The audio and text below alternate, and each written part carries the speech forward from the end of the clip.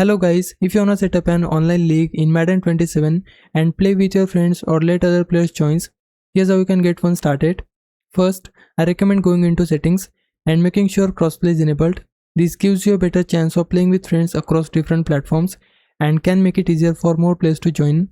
Once that's done, head over to franchise and select create/load. From there, choose the option to create a new league and you'll see different franchise options. Select play online solo or multiplayer since we are setting up an online league. Next, you'll need to choose your roster. You can use a custom roster if you have one ready, or just select one of the preset rosters included in the game. After choosing your roster, pick the week you wanna start from and then select the team you will be controlling. You'll also be able to customize your coach, including their appearance and other details, so set everything up however you want.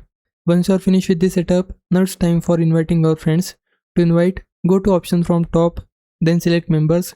After that, you can invite your friends on any of the team, let other players join and play through the league together. Now you'll have your new online franchise ready to go. So that's all you need to do to create an online league in Madden 27. Set it up, invite your friends and start playing. Hope this helps. Leave a like and subscribe my channel. For now, thanks for watching.